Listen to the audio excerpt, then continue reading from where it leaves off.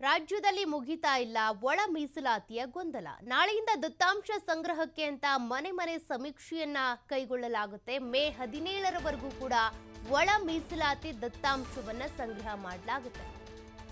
ನ್ಯಾಯಮೂರ್ತಿ ನಾಗಮೋಹನ್ ದಾಸ್ ಸಮಿತಿ ಸರ್ವೆಗೆ ಮುಂದಾಗ್ತಾ ಇರೋದು. ಈಗಾಗಲೇ ಒಳ ಮೀಸಲಾತಿಗೆ ಸಂಬಂಧಪಟ್ಟಂತೆ ಒಂದು ಸರ್ವೆ ಆಗಬೇಕು ಅಂತ ನಾಗಮೋಹನ್ ದಾಸ್ ಸಮಿತಿ ಒಂದು ವರದಿಯನ್ನ ಕೊಟ್ಟಿತ್ತು. ಅದರಂತೆ ಈಗ ಸರ್ವೆ ಮಾಡೋದಕ್ಕೆ ನಾಳೆಯಿಂದ ಶುರು ಮಾಡ್ತಾರೆ.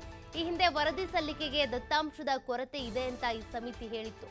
ಇನ್ನು ದಲಿತ ಕುಟುಂಬಗಳ ಸಮೀಕ್ಷೆ ಇರ್ಬೋದು, ಅನ್ಯ ಕೋಮಿನ ಮನೆಗಳಿಗೆ ನಂಬರಿಂಗು ಮತ್ತೆ 3 ಹಂತಗಳಲ್ಲಿ ನಡೆಯುತ್ತೆ ಈ ಒಂದು ಸಮೀಕ್ಷೆಯ ಕಾರ್ಯ.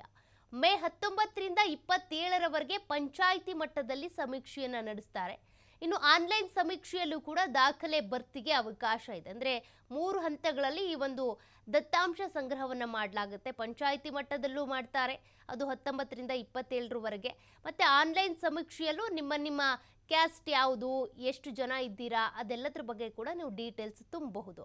ಇನ್ನು 59,000 ಶಿಕ್ಷಕರನ್ನ ನೇಮಕ ಮಾಡಿಕೊಳ್ಳಲಾಗಿದೆ ಈ ಒಂದು ಸಮೀಕ್ಷೆಯನ್ನ ಮಾಡೋದಕ್ಕೆ ಅಂತ. ಮನೆ ಮನೆಗೆ ತೆರಳಿ ಸಮೀಕ್ಷೆ ಮಾಡ್ತಾರೆ. ಪಂಚಾಯಿತಿ ಮಟ್ಟದಲ್ಲೂ ನಿಮ್ಮ ಡೇಟಾ ಸಂಗ್ರಹ ಮಾಡ್ತಾರೆ. ನೀವು ಪಂಚಾಯಿತಿ ಮಟ್ಟದಲ್ಲೂ ಹೋಗಿ ನಿಮ್ಮ ಡೇಟಾವನ್ನು ಕೊಡಬಹುದು. ಕೆಲವರಿಗೆ ಬಾಡಿಗೆ ಮನೆಯಲ್ಲಿರೋರಿಗೆ ನಗರಗಳಲ್ಲಿ ಸಮಸ್ಯೆ ಆಗಬಾರ್ದು ಅನ್ನುವಂಥ ಕಾರಣಕ್ಕೆ ಆನ್ಲೈನ್ ಹಾಗೂ ಪಂಚಾಯಿತಿ ಮಟ್ಟದಲ್ಲೂ ಡೇಟಾ ಕೊಡೋದಕ್ಕೆ ಅವಕಾಶ ಇದೆ. ಕೆಲವರಿಗೆ ಅವ್ರು ಯಾವ ಜಾತಿಯವರು ಅನ್ನುವಂಥ ಕಾರಣಕ್ಕೆ ಜಾತಿಯನ್ನು ತಿಳ್ಕೊಂಡು ನಗರ ಪ್ರದೇಶದಲ್ಲಿ ಬಾಡಿಗೆ ಮನೆ ಕೊಡೋದಿಲ್ಲ. ಅಂಥ ಕೆಟ್ಟ ಪರಿಸ್ಥಿತಿ ಕೂಡ ನಮ್ಮ ನಗರ ಪ್ರದೇಶದಲ್ಲೂ ಇದೆ, ಬೇರೆ ಬೇರೆ ಕಡೆನೂ ಇದೆ. ಹಾಗಾಗಿ ಅದರಿಂದ ತಪ್ಪಿಸ್ಬೇಕು ಅನ್ನುವಂಥ ಕಾರಣಕ್ಕೆ ಗೊತ್ತಾಗಬಾರ್ದು ಅಂತ ಅಂದರೆ ಬಹಿರಂಗವಾಗಿ ಅವ್ರ ಹತ್ರ ಓನರ್ ಹತ್ರ ಹೇಳ್ಕೊಳಕ್ಕಾಗಲ್ಲ, ಅವ್ರ ಎದುರುಗಡೆ ಹೇಳೋಕ್ಕಾಗಲ್ಲ ಸಮೀಕ್ಷೆಗೆ ಬಂದಾಗ.